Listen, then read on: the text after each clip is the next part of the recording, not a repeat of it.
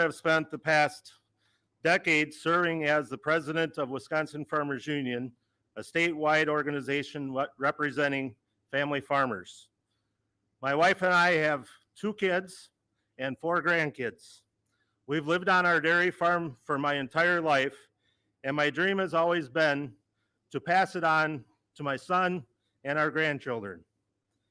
But before President Biden came to office, I was losing hope that that would happen. Things were becoming more expensive, and the farm situation was not what we desired. We actually were thinking that maybe at some point you might have to sell it.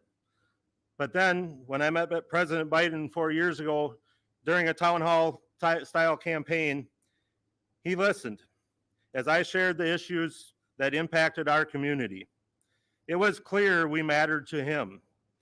He shared with me his comments to invest in all of rural America. 4 years later, he's keeping that commitment. When he came to office, I and many other farmers were dealing with the wait times of a year or more at the local meat processors, which hit our bottom lines and limited our ability to get independent or get local meat to our communities. But then he strengthened independent meat and poultry processing capacity and made a real difference for family farmers like mine. And that's just one win. I put on many miles as Farmers Union president, and I see the Biden-Harris administration's handiwork in the infrastructure improvements from our bridges and roads to renewable energy. As I prepare to transition my family farm to my son Brett and his family, the 4th and 5th generation on the farm, I know that these efforts will smooth the way for those that follow. We have a solar array on our farm, which is helping to trim our electrical costs right now in half. We are able to pay for that system in 8 years and 8 months. We hope that the actions that are happening today in the program will help to continue to diversify and improve our energy supply. There are naysayers out there saying that solar and wind are too cost prohibitive for a regular Joe, but that's not true. President Biden's historic laws have led to critical renewable energy projects right here in Vernon County. It's been an exciting past 4 years for farm country.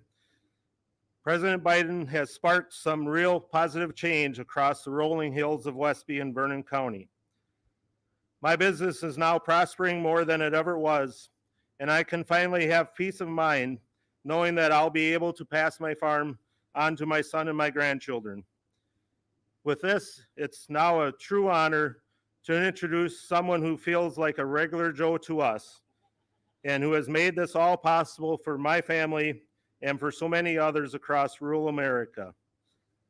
President Joe Biden.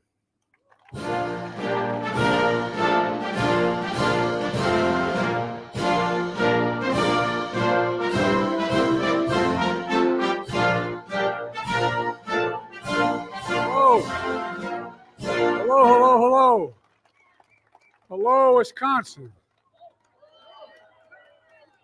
First time I was here was about 180 years ago with William Proxmire, and I was a 31-year-old senator. I'm only 40 now, but please have a seat if you have one. It's great to be back.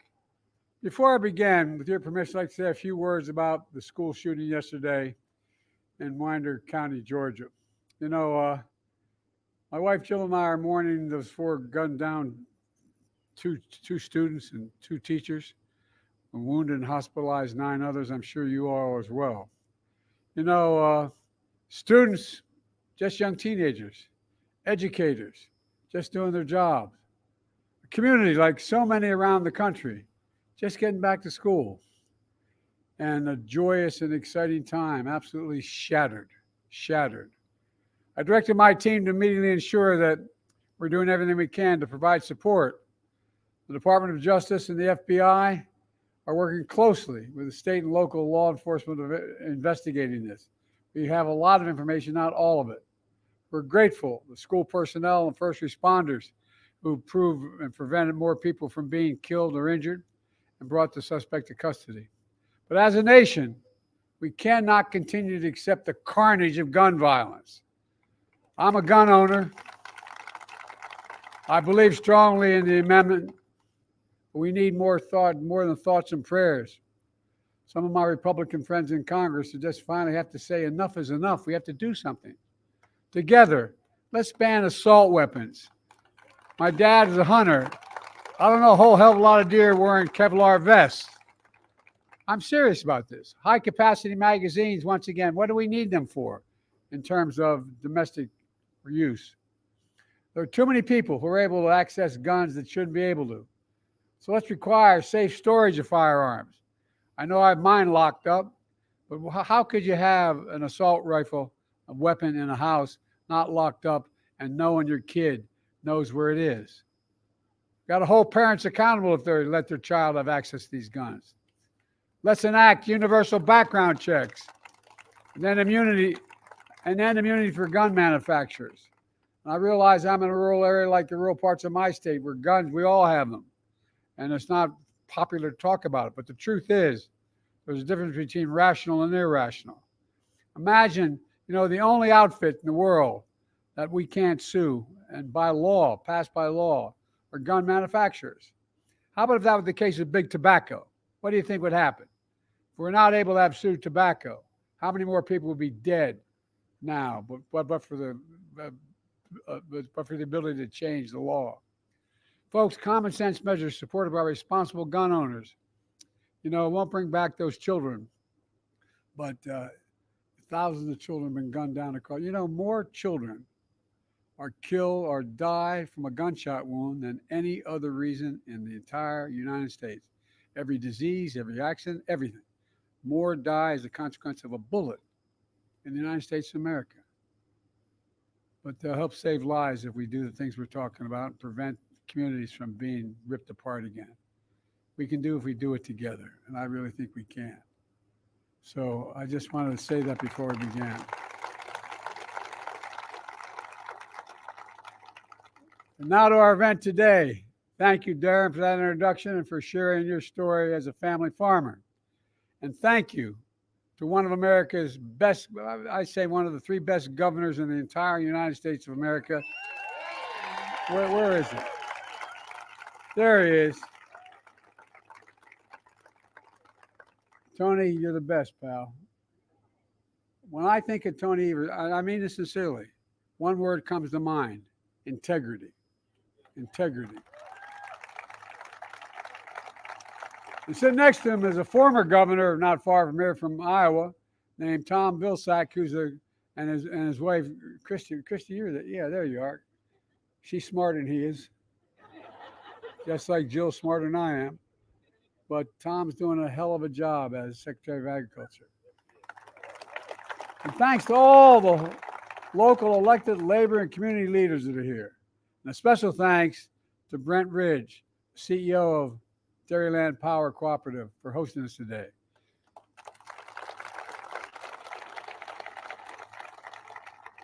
I come from the state of Delaware. Everybody thinks it's the eastern industrial state. Our largest industry in Delaware, and I served as senator there for 36 years. I know I don't look that old, but I am. For 36 years is agriculture. It's a $4 billion enterprise in the Delmarva Peninsula.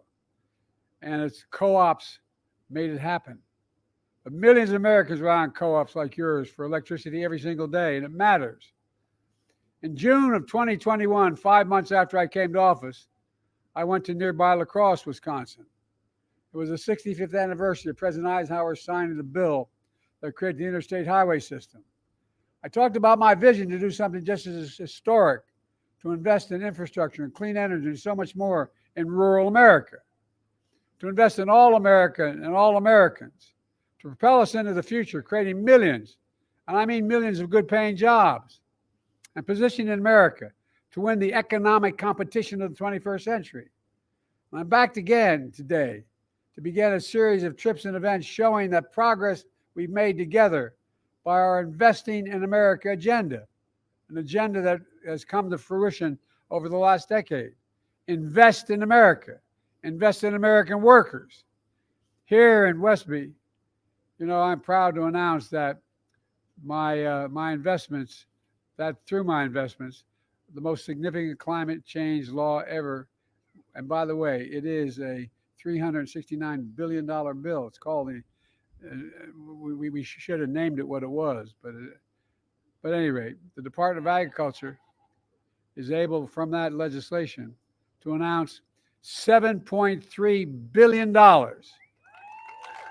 in grants to 16 electrical co-ops nationwide to help rural communities transition to clean, affordable, reliable energy.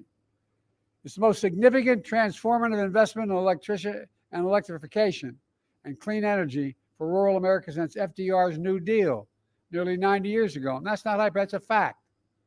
And it includes Dairyland Power Cooperative that will receive $580 million to develop and purchase solar power, wind power, energy storage right here in Wisconsin and all across the Midwest.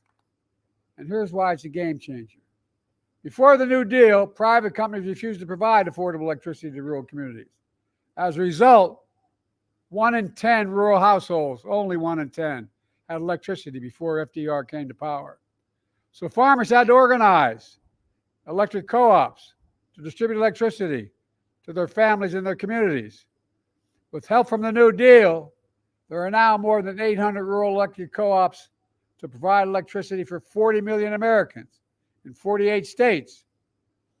But key challenges, they've overcome them, but there's still, the co-ops are still nonprofits. They don't have the same resources that private utility companies have to modernize their energy infrastructure. And for decades, they couldn't access tax credits to make clean energy more affordable. That's why Camel and I ensured that for the first time in American history, that these nonprofit co-ops can benefit from clean energy tax credits, just like for-profit utilities have for decades.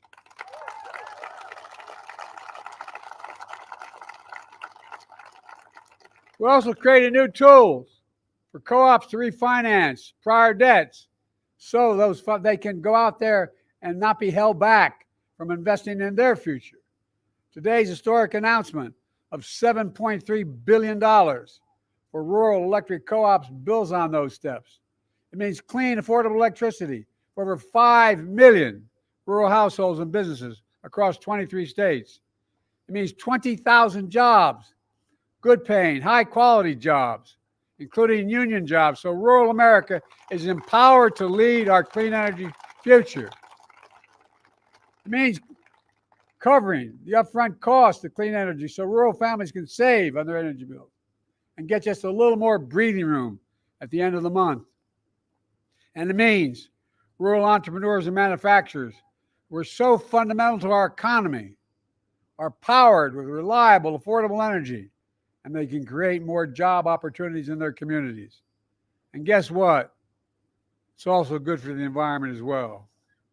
Because of our historic actions, we're going to reduce by 43 million tons greenhouse gas pollution every single year as a consequence of these investments. That is the equivalent of removing pollution from more than 10 million gas-powered vehicles. 10 million. It's going to save $265 billion in healthcare costs because of better, cleaner quality of air. People aren't breathing polluted air and getting sick. That comes from the NIH. It matters, folks. You know it.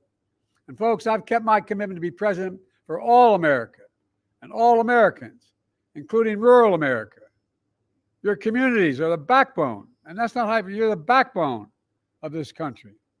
You deserve the same resources as folks in our cities and our suburbs. And that's what today's announcement is all about. Generating rural power for rural America. But that's not all. Last year, I was next door with your good neighbor, Governor Walz of Minnesota. I think the guy's gone places. I talked about we're making the most fundamental and significant investment ever in rural America, creating new and better markets, new income streams that are generators of rural Americas that can grow and thrive. For example, we're taking on big corporations, doing everything from increasing competition in the meat markets to boosting domestic fertilizer production. In fact, here in Wisconsin, that means $12 million to lower fertilizer costs for farmers across the state, which also creates jobs and grows new businesses. Here in Wisconsin, we also invested $47 million to lower energy costs, install renewable and energy efficient technologies like solar panels behind me on farms and rural small businesses. Darren just shared how that's cut his family electricity bill in half. We're helping farmers and ranchers and entrepreneurs tackle the climate crisis. Climate smart agriculture, such as cover crops, nutrient management, storing carbon in the soil.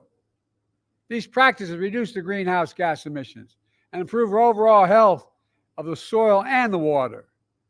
They put us on a path to continuing to grow the food, the fuel, the fiber that will power our nation for decades to come.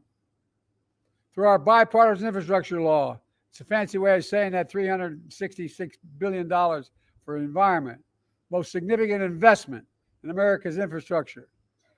And what the infrastructure bill, by the way, the bipartisan bill, that was $1.2 trillion. And guess what? We're still lowering the deficit. Anyway, most significant investment in America since Eisenhower's interstate highway system. We've invested $4 billion so far in 350 projects to modernize Wisconsin transportation. Just in Wisconsin, that's been invested. Infrastructure, only 3 roundabouts on Route 14, US 14, and a new bridge on County Highway M. Folks, look, just like we're making the most significant investment in rural electrification as FDR, we're also making the most significant investment ever in affordable high-speed internet. Because affordable high-speed internet is just as essential today as electricity was a century ago. In order to be able to do business, and when things are shut down, your kid doesn't have to sit outside of McDonald's. And anyway, that's why we've invested $1.6 billion just in Wisconsin to connect everyone to affordable high-speed internet in Wisconsin.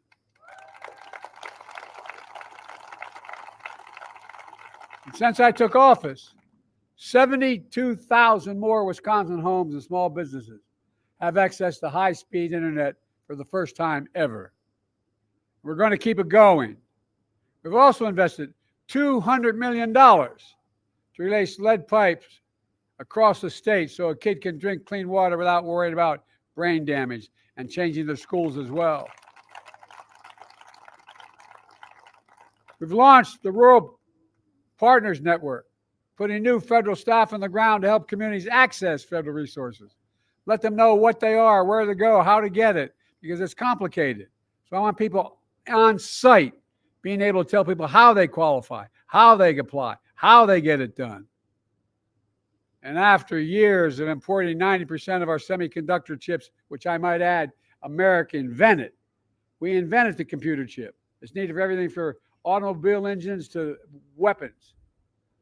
We passed the Chips and Science Act, has led private companies from around the world to come back. We used to have 40% of the market not too many years ago. And now we've got down to basically zero. So around from countries around, I travel from everywhere from North Korea, anyway, South Korea to across the world to get these computer chip factories to come. I asked when we convinced one of the companies in South Korea to invest building these chips in America, I said, why would you do it? They're investing several $1 billion. He said, because you have the most advanced workers in the world, and it's the safest place in the world to invest. Well, our Chips and Science Act has led private companies from around the world to invest hundreds of billions of dollars in new chips and battery factories, and more of them right here in America. With the leadership of your governor, you've already added 200,000 new jobs and attracted over $5 billion in Wisconsin in private sector investment in clean energy and advanced manufacturing.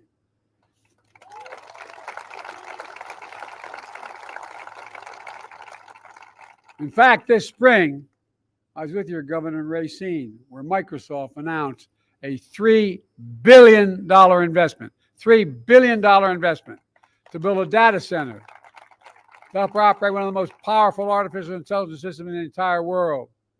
It's going to create thousands of good-paying jobs on site and across the state, creating even more opportunities in rural communities.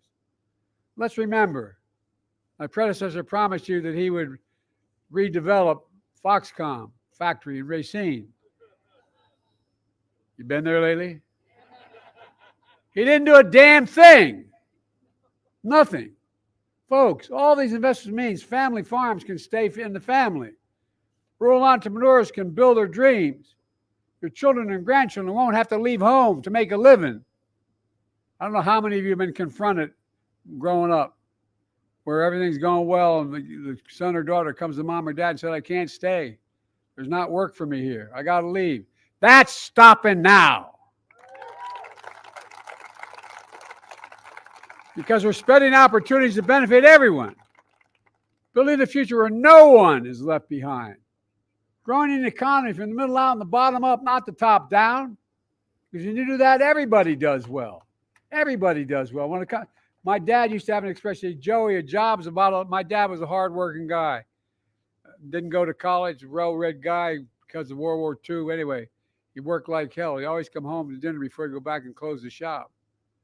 And my dad used to say, Joey, a job's about a lot more than a paycheck.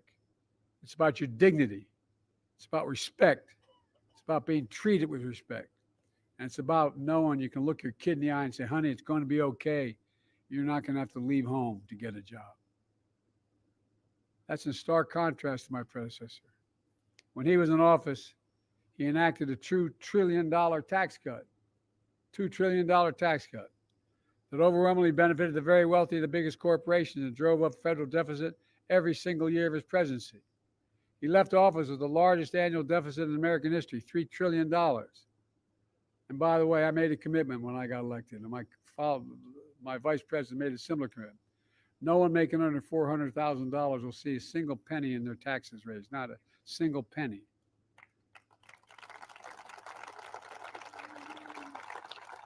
Neighborhood I come from in Claymont, Delaware, and Scranton, Pennsylvania, they say, well, that's too damn much. But the point is to make sure that we know this isn't an attack on the wealthy. He left us with a pandemic raging, an economy reeling.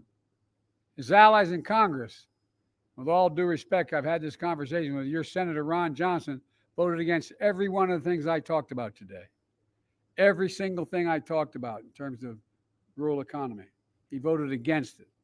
Voted against it. It's hard to imagine your senator voting against interest in a rural state was so large and so consequential as the state of Wisconsin. Meanwhile, your other senator, Tammy Baldwin, has done everything to take care of the state so she can be devoted to it. Vice President Kamala Harris fought like hell for all of you and for the future worthy of your aspirations. Look, just think about how far we've come. We have more to go. We have more to go. Too many people are still in trouble. But nearly 4 years that we've been president and vice president, with one of the most extraordinary periods of progress in American history. COVID no longer controls our lives. We've gone from an economic crisis to the strongest economy in the world. Let me say it again. We have the strongest economy in the world, and no one challenged it. We got more to do. We're seeing something else. In thousands of cities and towns across the country and across Wisconsin, we're seeing the great American comeback story. The way I see it, and I talk to the other team, talks about how bad off we are and how America's enjoy. The way I see it, today's announcement is about far more than just giving rural America the power to turn on the lights. It's about giving the power to shape our own future.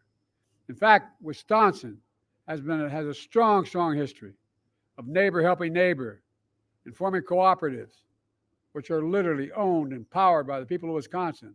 Because of you, we're planting seeds today that grow and blossom for generations to come. That's what we're seeing here in Wisconsin, a state with a proud tradition of rural communities leading our nation forward. And again, that's not an exaggeration. You've been a leader in the nation. Let me close with this. As I travel this state and the country, hope you feel what I feel. Pride. Pride in our hometowns. Pride in making a comeback. Pride in America. Pride in knowing we can get big things done when we work together. Folks, I've never been more optimistic about our nation's future. Just have to remember who the hell we are. We're the United States of America. That's who we are. Not a joke. We're the only nation in the world that's come through every crisis stronger than we went into that crisis.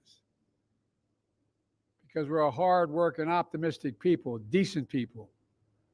We know from experience that there's nothing beyond our capacity when we work together. And again, that's not an exaggeration. We work together. I remember the days when I first got started. A lot of Republican senators, my close friends, we worked together, we compromised. We didn't talk about things as if it was a dire moment, that democracy was at stake. We actually worked together. We fought like hell, but we worked together. We got to return that for our children, because our democracy depends on it. I'm keeping you too long in the sun, so let me just say, God bless you all, and may God protect our troops. Thank you.